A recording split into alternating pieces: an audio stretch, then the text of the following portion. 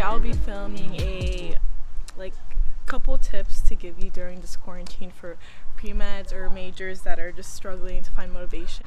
I don't know, I get a few DMs too, so I'll be answering a few of those.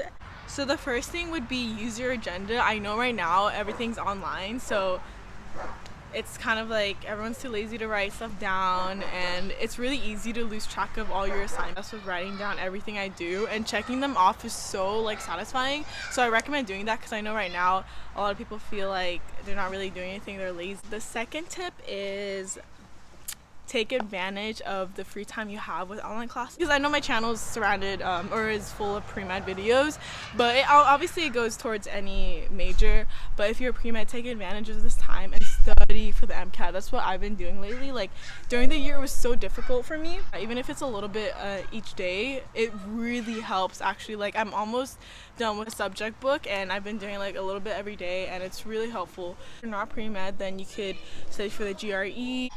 Number 3, something that could really motivate you is sitting with your friends.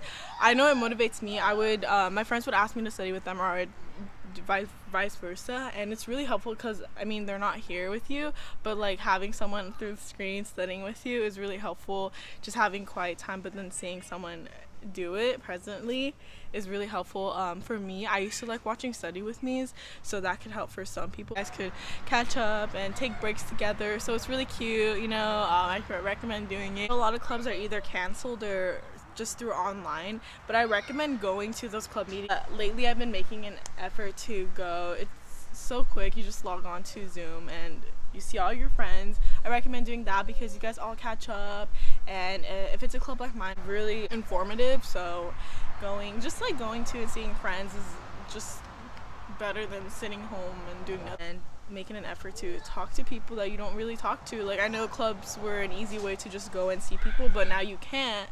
So it's just making you reach out to those that you want to and build relationships. So I know research is literally basically canceled for everyone. Like a lot of undergrads can't go into the lab actually and do stuff for their lab, so which is really bad. It's pushing everyone back. But you know, during this time of need, we all need to kind of follow the PI is making us read journals, and then we're doing a journal club, so twice a week, every day 2 undergrads present. Like you're not doing anything for research right now, then I recommend reading journals and even asking your PI if they could send you some papers to read, because it keeps you kind of in that research mentality and just keeps your knowledge going. 5, this is my favorite one. Okay, volunteering opportunities are basically gone. It's out of the garbage. You can't do anything around this time, and we don't know how long it's gonna be until we can actually step into the hospital to volunteer and it be safe. Intern at a urgent care clinic and as well as a surgical one. So my urgent care is allowing interns to come in and help out. But for me, my immune system is super weak, so I cannot risk myself.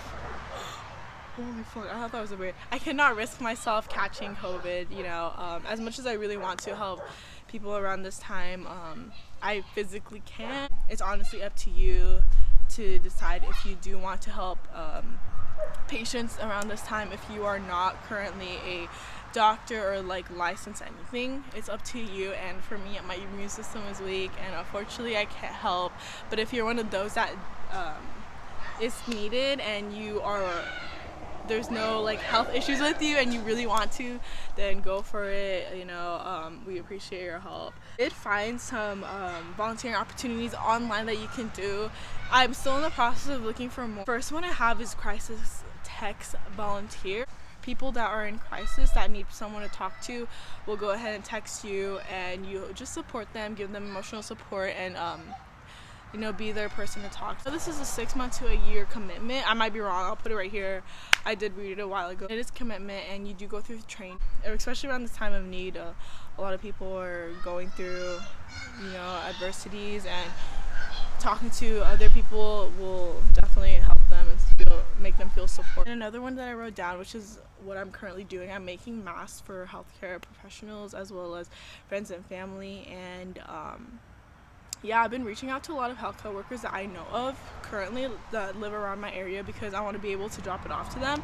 I am in the process of making a bunch so then I could send it to the Valley Children's Hospital. You can ship them actually a bunch of masks, and the masks are used for either volunteers, healthcare professionals, patients. Be active. This is probably the hardest part of quarantine. You know, like for me, working out every day, or at least like every other day, makes me feel really productive. So adding that to your schedule will make your day kind of longer and just you feel better. If you're a dancer, there's a lot of dance lives on Instagram. My dance crew has been offering dance lives too with choreographers from our team.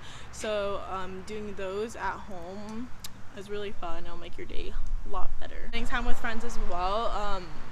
It is hard. For me, I'm an extrovert, so obviously I'm used to seeing people all the time, making plans with everyone and seeing them in person. I made a list of people to talk to, and I would cross it off just to to check in on them. I do talk to a few every day, and I do talk to new people every day, so making a list of your friends and acquaintances so you don't forget about them. It makes your day a little bit better, it makes their day, and you still have that human contact. Off the mic, so if the audio is a little different, that's why. I appreciate those reaching out to me because that's why I make my videos, to help other people, and just I don't know, for me, like I wish someone made videos, you know, like this from UCI because it's where I'm from and it would have helped. This is from Gianna. I do talk to her. I met her, she DM'd me the past summer, and I met her at Involvement Fair because I was at a chemistry booth from where I work. And I saw her there, so hi Gianna. Anyways, so she asked, and lately I've been really scared about my first year, and I hear a lot about bio.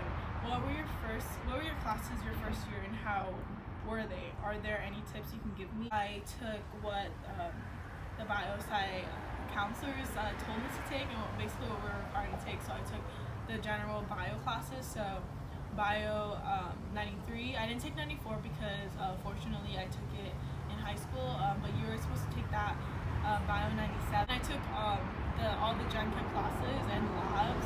So I currently work in the Gen Chem lab right now, so that is always something that people kind of get scared to take. You know, it's new, it's a lab, you're in a chemistry lab, you're dealing with dangerous chemicals, and then there's a manual that you're supposed to follow, but the manual is pretty straightforward and the TAs are helpful, so asking them for help on how to do anything before you get started is very important. Yeah, but all the bio classes are really interesting if you're a bio person. The chemistry classes are the classes that I actually struggle with, and I know a lot of people do.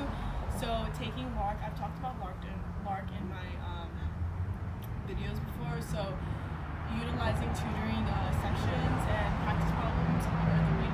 Question is from Malia Land, and she said, hey, I saw one of your YouTube videos and I had a couple questions to ask you about school and pre-med.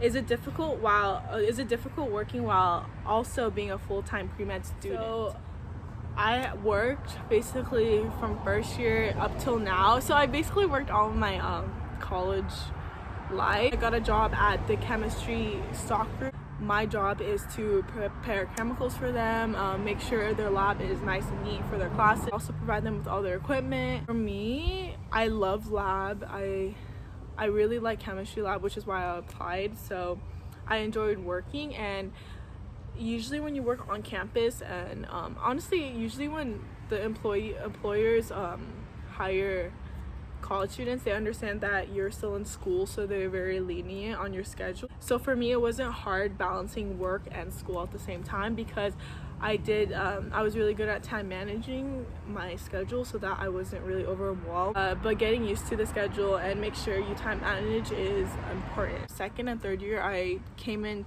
12 hours a week, and then I kind of decreased it as I got my internships, research, and dance, and my clubs.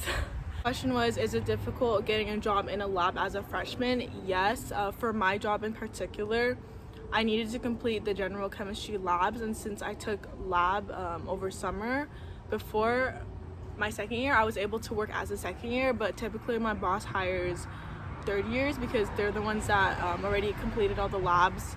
But the last question would be, how do I stay motivated? Coming into college, I've had this strong determination and motivation towards med school already, and it helped me get through college. But I know I have those days where I just don't feel like doing anything, or if I see a bad midterm grade and I get discouraged, I do a few things that help me get through the day. During the school year, I kept myself busy. Like I said, I had extracurricular activities like dance, my Filipino club. I also did research, my classes, I work, and then I had my internships.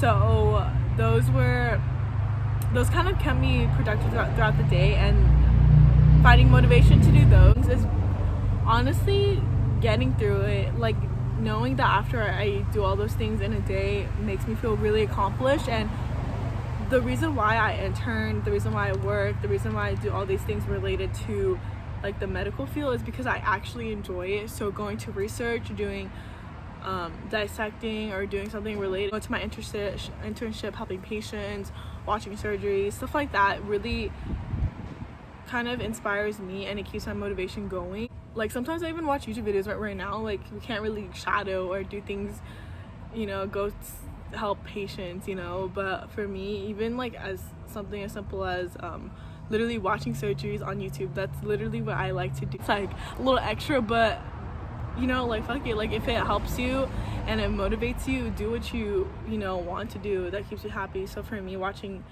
surgeries keeps me motivated and happy, and then watching even pre-med vlogs or even med school vlogs and listening to my favorite podcast, the pre-med years, helps me stay on top of my feet. It's really those moments, and just like sitting back and realizing that you've accomplished so much and you're almost there. They keep you going, and even sometimes like imagining myself like helping patients, like with the white coat and like saving people's lives, inspires me and gets me like working extra hard. And that's probably it for my video. If you guys have any questions, go ahead and find me on Instagram or comment down below. My Instagram is always down below. Yeah, thank you guys so much for watching, and stay tuned for the next video.